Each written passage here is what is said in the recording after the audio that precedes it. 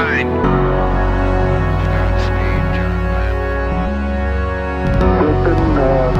Tranquility Base here. The Eagle has landed. Roger, Tranquility. We copy you on the ground. New possibilities are opening up for scientific cooperation between countries. 2-1-0-0.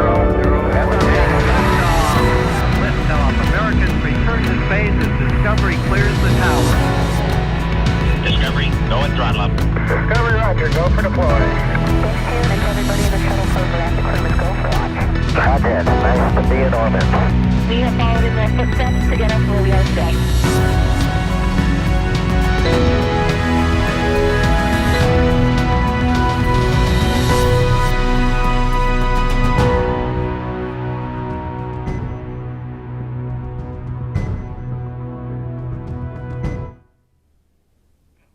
Good afternoon and welcome to NASA's Kennedy Space Center in Florida. I'm Joshua Finch of NASA's Communication. We're here to discuss NASA's SpaceX Demo 2 mission. Teams from NASA and SpaceX just completed the flight readiness review, and we're joined by participants who can tell us more about that review. We'll first start with our presenters. First, we have NASA Administrator Jim Bridenstine, NASA Associate Administrator Stephen Jersick, Kathy Leaders, Manager of NASA's Commercial Crew Program, Kirk Shireman, Manager, International Space Station Program, Benji Reed, Director of Crew Mission Management at SpaceX, and Norm Knight, Deputy Director at NASA's Johnson Space Center Flight Operations. We're going to begin with opening comments from our presenters, and then we'll turn it over to questions. We're going to start with NASA Administrator Jim Bridenstine, who does have to leave a little bit early during today's briefings. So we'll start with Mr. Bridenstine. Well, thank you, Josh, and it is good to be here at the Kennedy Space Center. We are obviously in the media room where we have had many conferences before. I remember fondly Demo 1. I remember fondly the launch abort test, and this room was absolutely packed. And here we are today in an empty room talking to cameras, and all of us are 6 feet apart. And of course, we all walked in here with our masks on, and of course, what we are doing here today exemplifies what we were doing in the launch readiness review. So these are different times, but it is also a time when we need to be doing amazing things as a nation and inspiring the entire world, and that's what we're doing. The flight readiness review is complete. We have another milestone under our belts. It was a good review, great discussion. I think everybody in the room was very clear that now is the time to speak up if there are any challenges. And there were conversations that were had that were very important to be had. But it's also true that at the end, as each system and subsystem was considered, at the end we got to a go. So we are now preparing for a launch in 5 short days. So I want to say it's good to be here at the Kennedy Space Center. There's a lot of work left to do. The rocket is on the pad, and we've got a static fire in front of us, or I should say a hot fire in front of us, as well as a lot of checks to do. But the launch readiness review was good, and we are a go. So with that, Josh, I'll turn it back over to you. Thank you. And now we'll go to Stephen Jersick. Thank you, Josh. So first I want to say it was an honor to chair the first flight readiness review for a crew transportation system developed in the U.S. In 9 years. So I definitely was honored, and I was humbled to be the chair of the flight readiness review for the SpaceX Commercial Crew Demo 2 flight. Like Jim said, it was an excellent review. I knew going in that the team was ready. We were ready to do this review, and they absolutely demonstrated that during the review. Day and a half of really good presentations, really good discussions, and we accomplished what we needed to accomplish to determine that we are ready for flight. There are no significant open issues, I am happy to report. In the end, it was a very, very clean review. There's just the planned forward work to get done. There's quite a bit of it between now and launch. But we are ready to launch on Wednesday, May 27th at 4:33 p.m. And it's a credit to the team, the SpaceX NASA team, for their hard work and dedication to get to this point. One thing I mentioned in the flight readiness review was this team represents the values of NASA. Safety, they have been laser focused on safely launching Bob and Doug into space, getting them to the space station and returning them home safely. Teamwork, I've never seen a team work together this effectively to conquer the challenges to get to this point. Integrity in everything they've done. I've just been so impressed with the openness and frankness of all our discussions, which is really critical to get to the point we're ready to launch. And then excellence. If you were in the flight readiness review and heard the briefings from the engineering team, just incredible engineers, and they demonstrated the excellence that we expect from both SpaceX as well as NASA. And I could not be more proud of the team. So thank you very much, Josh. And we'll now go to Kathy Leaders. Kathy? Wow. Oh, a really big day for the joint NASA SpaceX commercial crew team. I am so grateful for the NASA and SpaceX team who have dug deep and worked so hard to get us to this point. We have a tremendous team, and I'm very, very proud of them. I'm proud of the opportunity we had to be able to present to the agency our readiness and then have them agree. So very, very proud of the team, very proud of the team and the culmination of their work. I'm in awe that I get to lead this team. It's really an honor. But we're not done. You know, we talked a few weeks ago about we got to do this right. And we got to launch Bob and Doug. We got to make sure they're taken care of on orbit. And we got to make sure they get home. And we are committed to do that. And we're going to stay vigilant over the next few days. We still have a static fire. Jim, you did get that right. It is a static fire. And tomorrow we have also another really important event. It's a dry dress. It's kind of our last run through with the crew to make sure that we're really ready to get ready for launch. And then we have our final launch readiness review on Monday. So I'm really proud of this team. We're going to take it one step at a time, and we're going to still fly when we're ready. But thank you to my whole team, to the NASA team, to the SpaceX team, to the ISS team that has helped us get this far. And we'll now go to Kirk Shireman. Good afternoon. It's a great pleasure to be here. I'm very excited to have been able to participate in this review. So much like we have the preparations Kathy was describing here on the planet, I can tell you there's great things and preparations going on orbit. So last Wednesday, JAXA launched the HTV, and so as we're conducting our review here, the HTV is rapidly catching up to the International Space Station and will be arriving to the ISS on Monday. So just a few days before Demo 2 launches, it'll arrive to ISS. It'll be grappled by Chris Casti, and by the time Demo 2 arrives, it'll be part of the space station.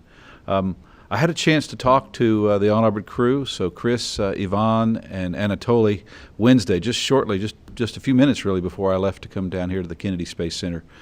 I can tell you those guys are very focused, very excited, and are preparing for having Bob and Doug arrive on orbit. So great preparations going on orbit. And finally, coming home, we'll bring home Bob and Doug safely, but we're also counting on bringing home some experimental results on the Dragon too. So a great test flight, but also the ability to make use of that vehicle to bring home some experiments that have been on orbit for a while. So looking forward to that opportunity. So this year we're celebrating 20 years of having humans living and working in space, and we're very, very much excited to have the first humans launched to the International Space Station since July 8, 2011. So July 8, 2011, last time humans left the planet here in Kennedy and the Kennedy Space Center and went to the International Space Station. very much looking forward to next week. Having Bob and Doug on orbit, continuing human presence in National Space Station, learning and exploring. So with that, it's my great pleasure to introduce to you Benji Reed, director at SpaceX and a good friend. He and his team have worked tremendously over the last few years to make us here today. So, Benji. Thank you very much, Kirk. You know, it is, use the word they're friends, and I think it's important. You know, we're not just colleagues here or even just partners. Over the years, we've built friendships. But in those friendships, we hold each other accountable. It's an honor, the responsibility that we carry jointly with NASA and our friends and partners and our company at SpaceX. And it's a sacred honor. And those are meaningful words when we say that. Our job is to carry Bob and Doug to the space station, hand them to Kirk, let them do what they get to do on space station, help keep the space station running and safe, and then we need to bring them home safely back to their families. As we like to often mention, you know, they are dads. They've got families back home, and it's just as important as we're all taking care of each other through these interesting times. We're needing to take care of the crew and bring them home. And again, on that sacred journey together, we all are holding each other accountable. And as Kathy said, there's more to do. Today we got to go, and it was a monumental and incredible journey to get to today's review. But we still have our static fire this afternoon, our dry dress, as Kathy mentioned, tomorrow. And then we have our own launch readiness review, which NASA will be attending and with us just before launch to ensure that we're really ready. But just to talk a little bit about what got us in the, recently to today, we've got a few photos. Thought might be nice to bring up. There's Dragon, getting ready to be transported from where we prepare the vehicles over to the hangar. We can go to the next shot, and there's Dragon and Falcon mated together, ready to roll out to the pad. We'll go to the next shot, and there they are. They're in the transport erector. The barn door is open. The door to the hangar is open, and Dragon is ready to leave, heading up to the pad. And there they are, erected on the pad. The crew arm there has moved into position. It's attached to or against the Dragon now, and we're ready. We're ready to go into static fire now in just a little bit, about an hour and a half from now. We talk a lot about the whole mission. Today we got to go to launch, but really it's a go to the mission. There'll be lots more data, lots more reviews in the next few days. There'll be constant vigilance and watching of the data and observations as we go through the mission. There'll be other reviews and conversations to make sure we're go for each aspect, including go to come home. But really, we always need to think about this as an entire mission, and again, bringing Bob and Doug home safely. And to that end, I think we've got a new video that we've pulled together to show our parachutes and a new compilation of all the parachute work that we've done.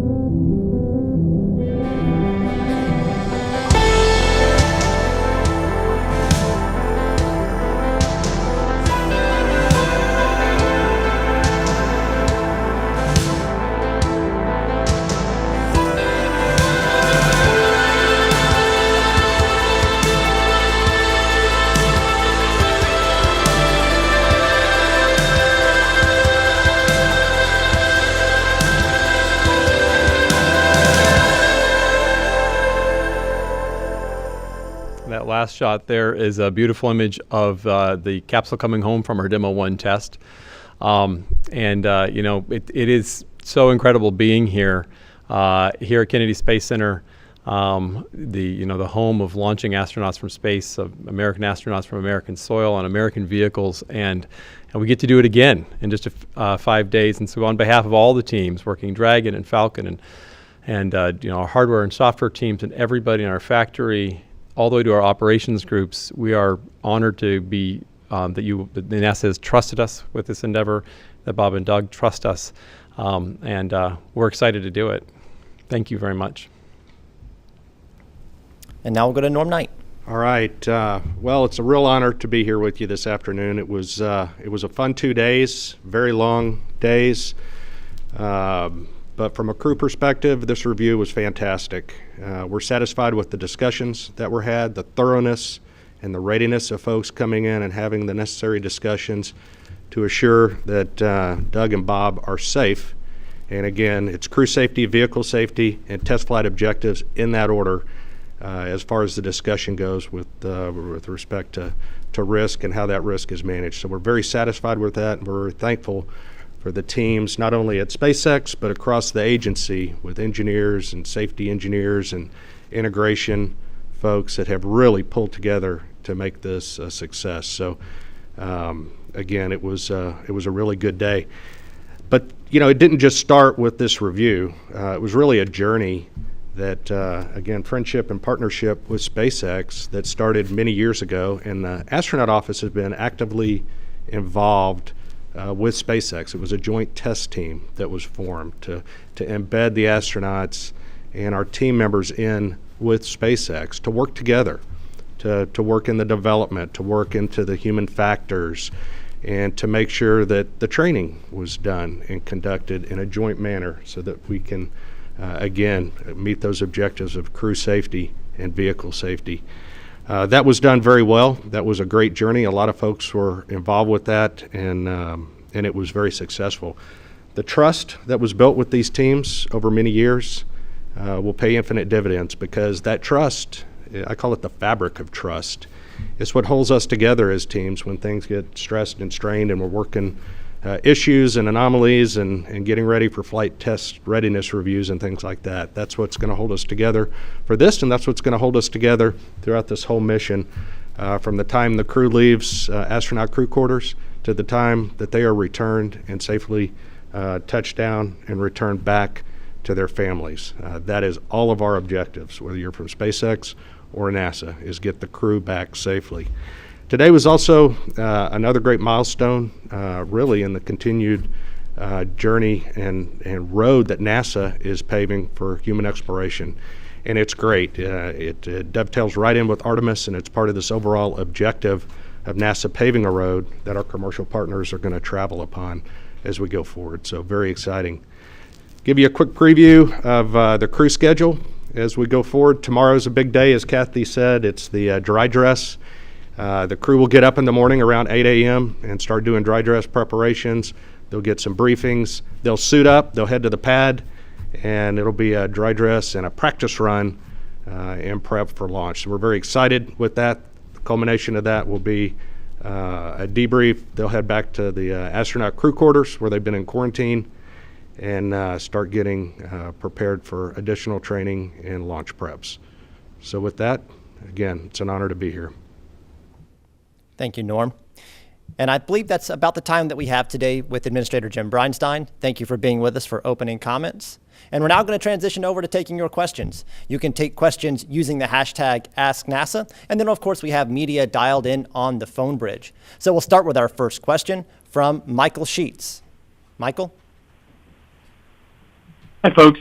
Thanks again, as always, for hosting this. I'm really curious in the length and thoroughness of this review that we did the last 2 days.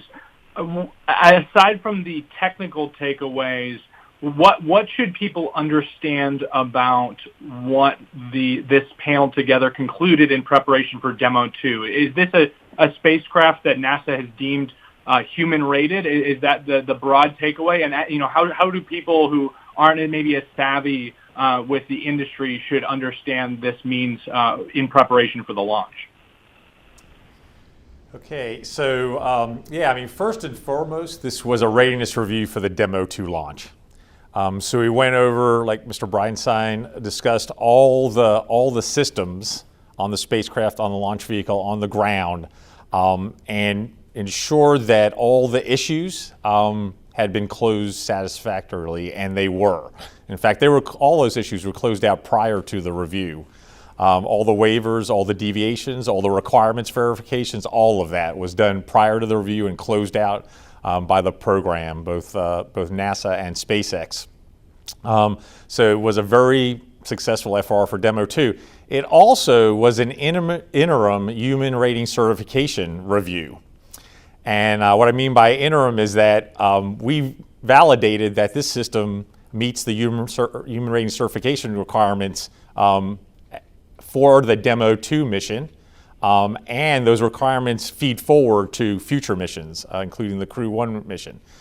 We will have a final human rating certification review after Demo 2 and before the Crew 1 mission, just to certify the relatively small set of design changes between the Demo 2 system and the Crew 1 system. And at that point, we'll deem the system human rating certified. But today's review and the interim human rating certification went a long way to certifying the system for crewed flight. And our next question is from Marina Corin from the Atlantic. Marina? Hi, everyone. Kirk, this is a question for you. Last year, before the uncrewed demonstration flight, there was some disagreement between you and your Russian counterparts about the capsule's approach to the ISS, which, of course, was resolved before launch. Did any officials from Roscosmos provide any dissenting opinions this time around on anything?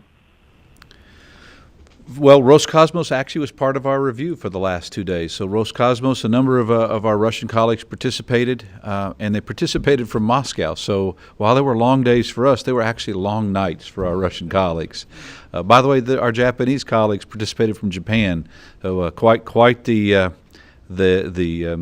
marathon for many of us. But our Russian colleagues work with us in that interim between Demo 1 and Demo 2. We've had countless discussions with them about all the requirements, about all the waivers that we've taken, and so we went through all those, technically explained to our Russian colleagues, answered their questions, and finally a big shout out to SpaceX. One of the big concerns that Roscosmos had was a very, very remote possibility of a failure, but if that failure occurred, it could cause damage, perhaps even catastrophic damage to the ISS. SpaceX said, we understand and we'll make a modification. So SpaceX actually went out and made a modification to their vehicle between Demo 1 and Demo 2. So it was really some of all those things, great communication with our Russian partners, an outstanding effort on behalf of SpaceX to close that gap. And then the trust that we've built over the years to get us today. So Roscosmos participated, and they were go, and no concerns with that remaining issue. And our next question is from Stephen Clark from Spaceflight Now. Stephen? Hi, thank you for taking my question. I had a question, I guess, for Kathy leaders maybe. I know the commercial crew program requirement for the loss of crew risk is 1 in 270. I know there's reason not to look too hard at these numbers, but that, as I understand, was a requirement for the commercial crew program. Just curious where you ended up in the loss of crew number for this mission and what mitigations operationally or physically on the spacecraft you had to do in recent months or recent last year or two to get to that 1 in 270 requirement. Thanks. So we actually, between the SpaceX and operational controls, we actually were meeting our 1 in 270 requirement. And it's not just a mission; it's an overall certification requirement. So, with all the work that we've been doing with SpaceX on the modeling, on the different aspects of their design, and obviously MMOD mitigation and inspection, that requirement was closed out acceptably. And our next question is from Tim Fernholz at Quartz. Tim? Hello, everyone. Thank you for doing this, and good luck. 2 questions, if I might. One for Steve. I'm just curious, for those of us who haven't participated in a flight readiness review, can you give us like a tangible example of the kind of back and forth that might happen in that room, and does it get down to the engineers on a specific subcomponent area, or is it at a more high level? And for Benji, I'm just curious, I know it's hard to put an exact number on this, but can you talk about how SpaceX has invested in developing the Crew Dragon alongside taxpayers? Thank you all. So, a big part of a flight readiness review is reviewing and accepting the risks. Whenever we fly, there are going to be residual risks. Kathy and Benji and their team did a great job along the way in these many years of identifying risks, understanding them, mitigating them through design changes and operational controls, to the point where we were able to accept a lot of them, most of them, along the way. So an example of one that we've been that the team has been working on over the last 6 months or so were the Dragon parachutes. So we established a little while ago that the original chute designs did not have adequate margin based on some knowledge we had gained through testing about how the chutes deploy and the loading on the chutes. So SpaceX stepped up and did a new chute design, and we had to qualify that new chute design to higher margins than we had the previous chutes. The NASA SpaceX team did an amazing job laying out a test program and executing that test program. However, it's fewer tests than we normally would see on a parachute qualification program. So we took a long time and a couple of presentations during the review to have the team walk us through the design, the changes, the qualification testing, and the margins on the chute to make sure that everybody was good with how those chutes were qualified, and we had very high confidence that they will function as we need them to when Bob and Doug return from the International Space Station. And our next question is from Eric Berger, Ars Technica. Eric. Hi, good afternoon, everyone. Thank you for doing this. I guess the question maybe for Kathy, it's been a little more than a year ago when there was the accident when they were testing the Super Drago thrusters, and it was a pretty visceral image of what happened on the pad there, and at the test pad. And I'm just wondering, did you think we would get here a year later to where we're ready to launch Crew now after that accident? Well, I've been doing this for a really long time. I told somebody I feel like an old lady now after kind of working vehicle development now for 14 years. And don't ever underestimate the value of a failure, right? I've learned that when I look at over my career, when we've made the biggest progress, it's been in learning from a failure and then using that as a step function to move you to the next level. So, but you also should never underestimate how much work it is for you to overcome it, right? So we always had a plan. We had a plan that we were trying to fly, potentially by the end of December, but we weren't going to fly until we're ready, until we worked through all the testing and everything we needed. So I look back on last April, and the static fire was really for us to get ready for our in-flight abort test that was supposed to happen in June. And I think that was a real blessing for us. We learned a ton about our system and have made a spacecraft and expanded the knowledge of materials in NTO systems to an extent that give us a real sustained understanding of our systems and further robustness of the new design that we have. So last April, I probably wasn't thinking I was going to be flying in a year, but you know what? You can never sell this NASA and SpaceX team short, and they've always accomplished miracles for me, and I'm very, very proud of them right now. Thank you, Kathy. And I think I skipped over one question for Benji about how SpaceX has contributed. Benji, do you want to answer that question from Tim Fernholz? Great, sure, absolutely. So I can't, give you the exact dollar amount. There's, proprietary and competitive reasons why we can't. But I can tell you absolutely that SpaceX has invested heavily into this partnership and into the development of Dragon and Falcon. If you go all the way back to the days when we were developing our Falcon 1 vehicle, that's the fundamental systems and processes, and even a lot of the development of the engineers and team that created Falcon 1 are still working on the program today. And then you fast forward and you look at the development of Falcon 9 and Dragon, again in partnership with NASA under the COTS program and the cargo programs, and then continuing through now to the Crew Dragon. The partnership is definitely a two-way street, and we've put a lot of time and energy and finance into that effort to ensure that we're ready to fly, as we will be in 5 days. A lot of what you should look at is you see the workforce that we've developed, you see the technologies that we've developed to ensure that we're ready to fly. Another element I think it's important to pay attention to is kind of the I won't say pioneering, because we weren't the first to do firm fixed price contracting, but I think we've been champions, is a good word, of firm fixed price contracting from the beginning. Fundamentally, this is about saying to the taxpayer, hey, there's something you want us to do. Here's how much we're going to charge for it, and we're going to go do it for that amount of money.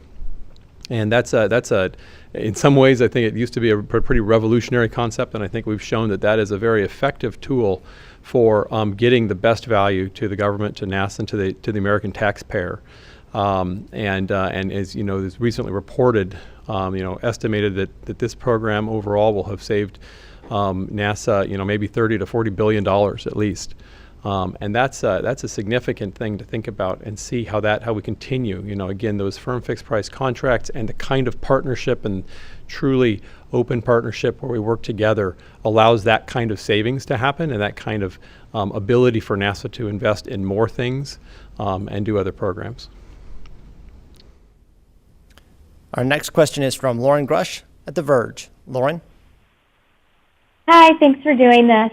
I was wondering if you could go through all the possible abort scenarios for this flight. At which points are the aborts available, and how does that put constraints on when you can launch, notably whether, how big of an area do you need to consider on launch day? Thanks. Sure. I'll talk a little about that, and then Norm, if you wanted to add anything to it as well. But I think that the number one of the key requirements of this program is to have an abort system, and we want to develop our vehicle to have this integrated abort system, what we call the launch escape system. Those are the Super Dracos on the vehicle, the Super Draco engines, and it's a very effective system that we hope we never ever have to use. It's sort of like the airbags in your car, or the ejection seat in a jet plane. You put a lot into it, you test it, and you make sure it's going to work, and then you hope you never ever have to use it.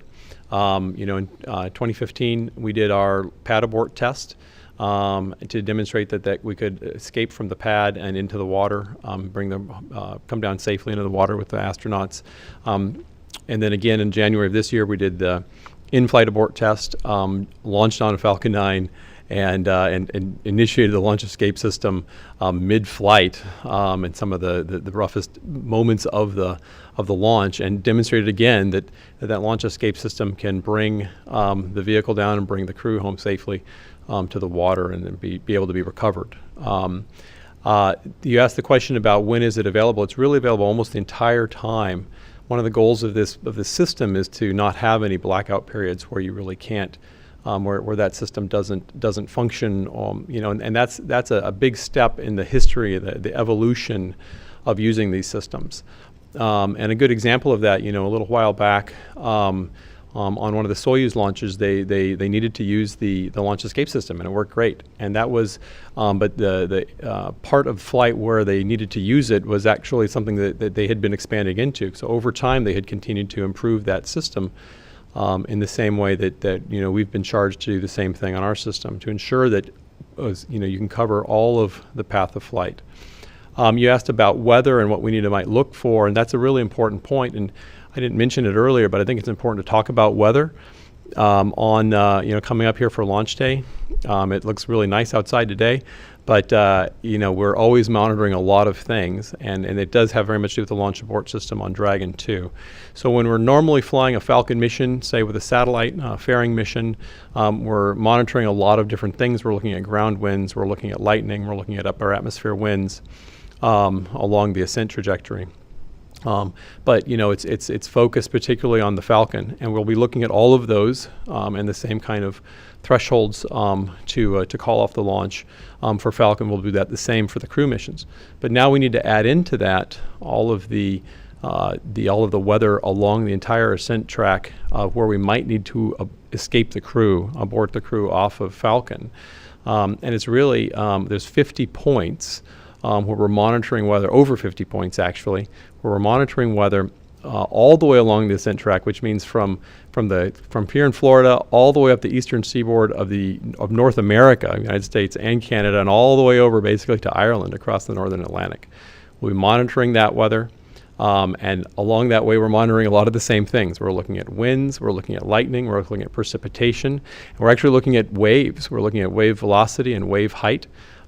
Because we need to make sure that if the crew had to come down in a launch escape scenario, that they would come down in a sea state that would keep them safe, and that the rescue forces would be able to come and get them. Again, we hope we never have to use that, but we're monitoring all of those parameters as we go along, and we don't launch until we know that we're ready. And our next question is from Leo Enright at Irish TV.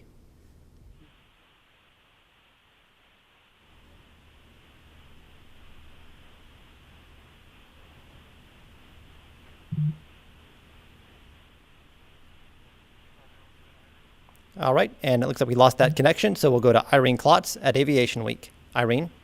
Thanks, Josh. My question's for Benji Reed. Given what you've learned working with NASA on commercial crew for all these years, how much faster do you think SpaceX can get to crew flight with Starship?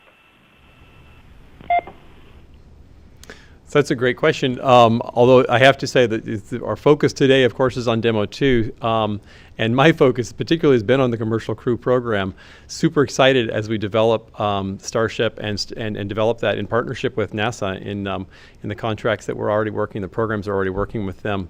Again, it's a process. And I would say, though, that just looking at the development of the NASA SpaceX partnership from the cargo days, now through the crew days, having worked together and understood each other and influenced each other, we've learned a lot from NASA, and we've taken a lot from them, and I think we've given back, and I think NASA has grown and changed in ways that are valuable and productive for them as well. And I think that every time you do this together, it's going to get better. We'll get more efficient and do better. And I was just chatting with the director of Marshall's Center, and talking about some of the new programs we'll be working on with them there too for Starship. And we're excited. We're excited to continue that partnership and make it work better and more efficient, and always safer and more reliable.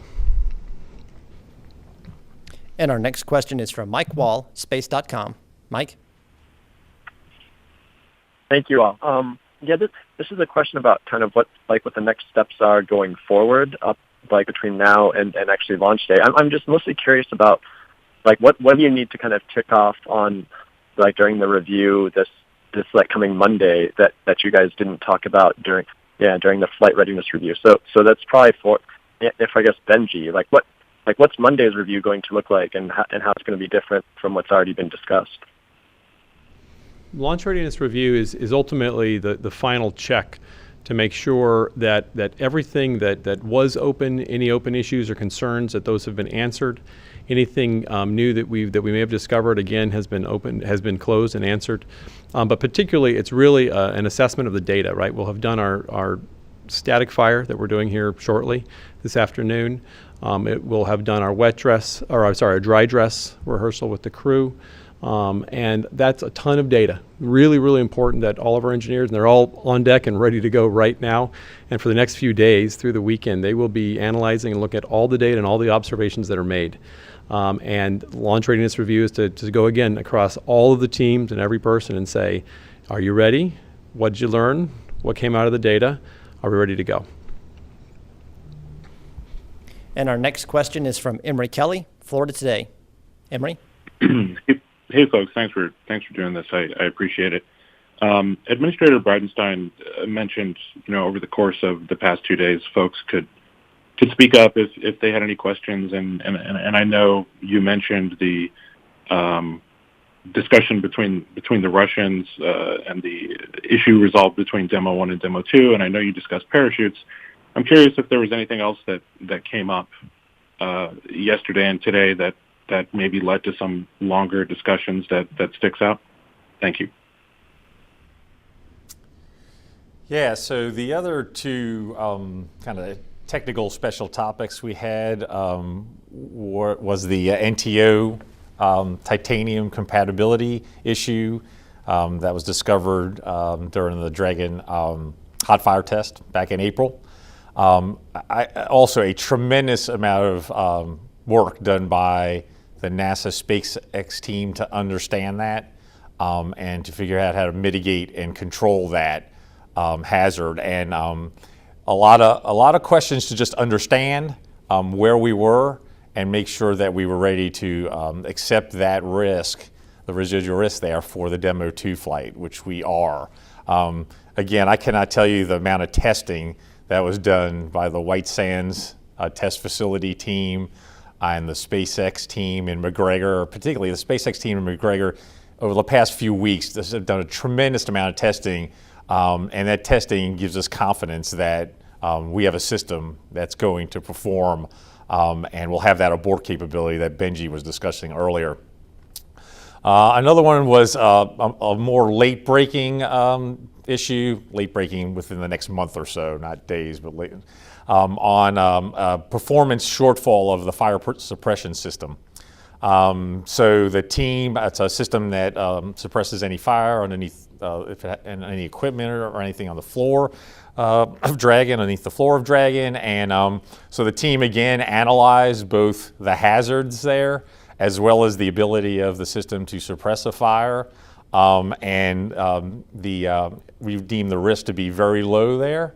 And so we were able to review that data and that great work done by the team and accept that risk. So a couple examples of technical issues that had been closed out before the review, but were reviewed by the board. Lots of questions, lots of back and forth. And in the end, we agreed with the program with them closing those issues, and we were ready to proceed. And our next question is from Jeff Faust at Space News. Jeff? Yeah, good afternoon. Actually, just to sort of follow up on the previous question, there's discussion that there's still some open work left to do to tie up loose ends before the launch. Can you give some examples of some of that open work that still has to be done between now and presumably the launch readiness review on Monday? Thanks. So I think, we mentioned the open work. There's final checkouts on the spacecraft that happen, like prior to final hatch closure. That's normal, standard work. We already mentioned the big event. The big event, obviously, static fire today, making sure the launch vehicle, final checkouts on the vehicles are done.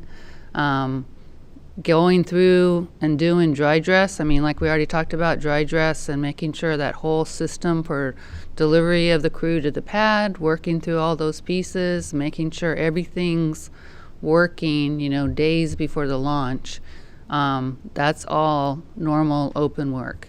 And then doing the job of going through all the data out of the tests.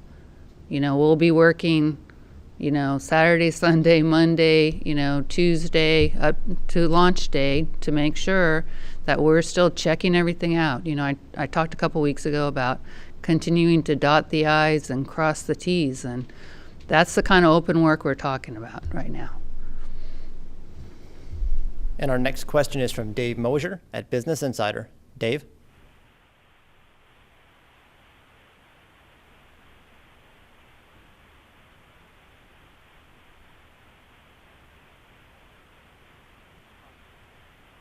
And our next question will actually be from Jackie Goddard with the Irish Times of London. Jackie?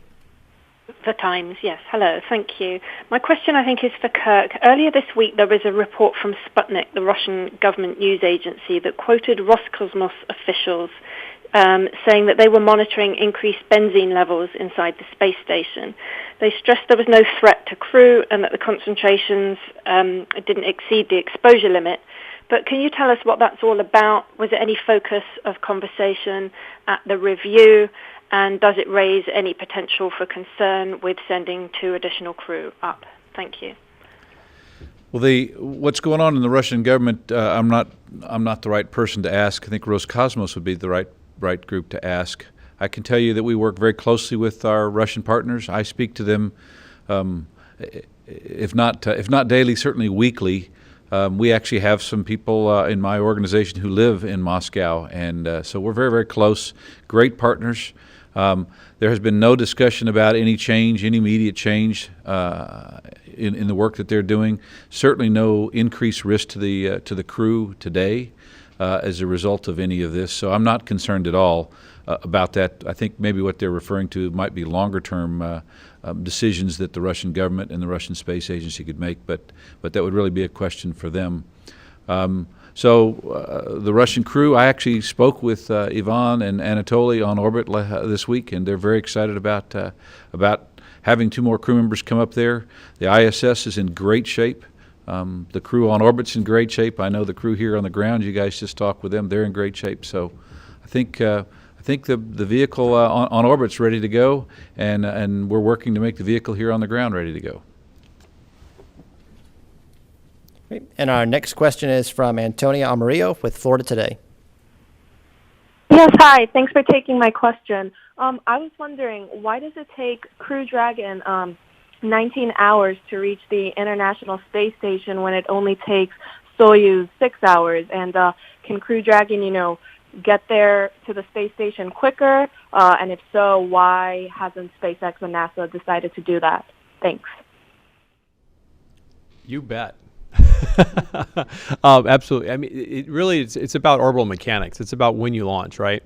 There's phasing that you have to do to get to the space station, and so you look at the different launch opportunities, again based on weather and a whole number of other factors, and you determine when's the best time to launch, and so you set up a number of launch opportunities, days and times, and some of those launch opportunities require more phasing time, and some of them require less.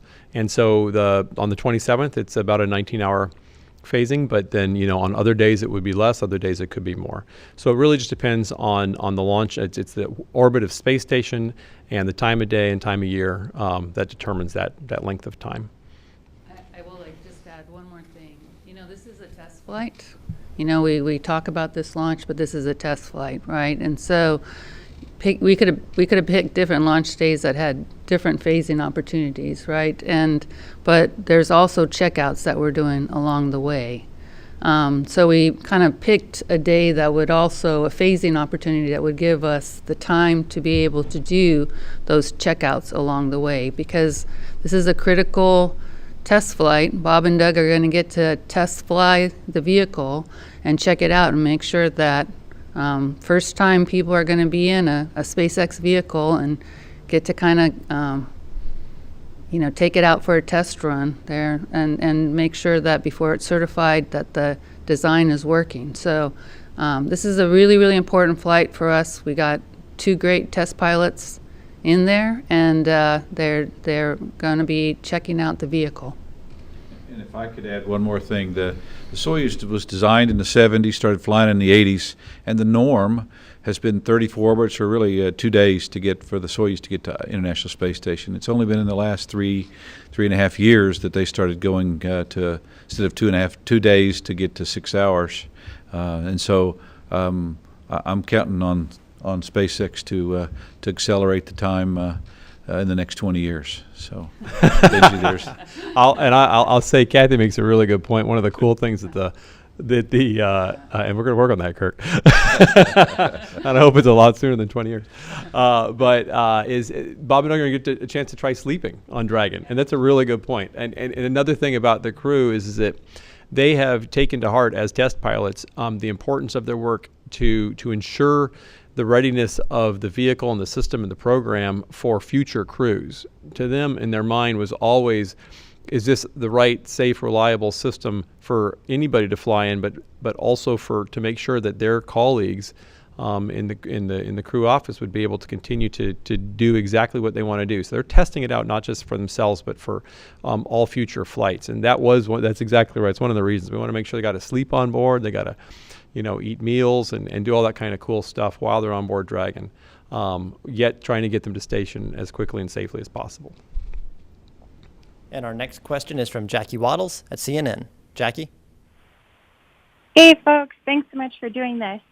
My question is for Steve. So with Doug Lavero leaving the HEO this week, Steve, I know you took over Doug's role in this review, and I was curious if you had to do any additional preparation to assume that role, and if that last-minute change created any challenges over the past couple of days.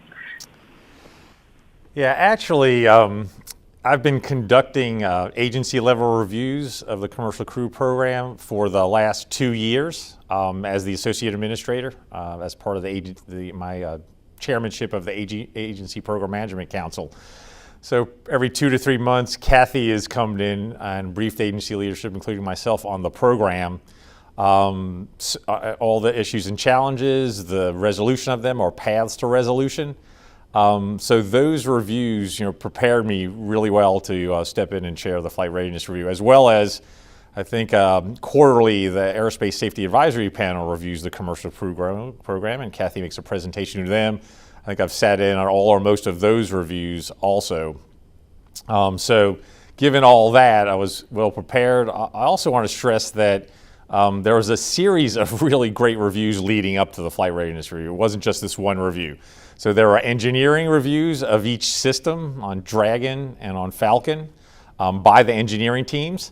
They were a little concerned about doing those virtually versus face-to-face given COVID-19, but the feedback I got was that those reviews were very effective. Then there was the Station Operations Readiness Review by Kirk. Very good, successful review. There was a Flight Readiness Review by SpaceX, led for their purposes. There was a Flight Test Readiness Review led by Kathy and the team, and that led up to the Flight Readiness Review. So I sat in also on some of those reviews. So I felt very, very prepared to chair the review. And so don't think there are any significant challenges in transitioning from Doug to myself and chairing the FRR. And our next question is from Marcia Dunn, Associated Press. Marcia? Yes, hello. I'd like both SpaceX and NASA to address this. All space flight is risky, but this is a true test flight.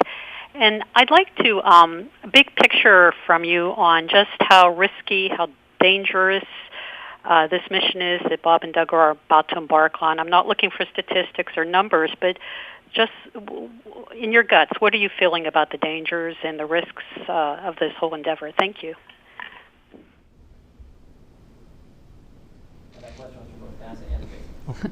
Well, there's lots of people that are NASA and SpaceX.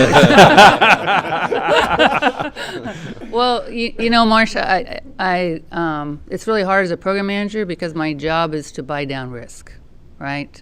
And for the last, with Steve laid out, I mean, really for the last 5 years as program manager, that's what I feel like I've been doing.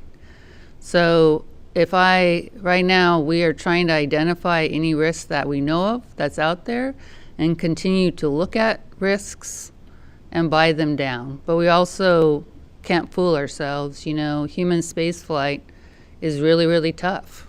You know, it's why we continue to look for risks and do additional assessments, and we never feel comfortable because that's when you're not searching, right? So I think, you know, we talked today about staying hungry, and so we're going to stay hungry, and we're going to stay hungry till Bob and Doug come home. But I've thought of every single risk. We've been sitting here scouring, our teams are scouring and thinking of every single risk that's out there, and we've worked our butt off to buy down the ones we know of. And we'll continue to look and continue to buy them down till we bring them home.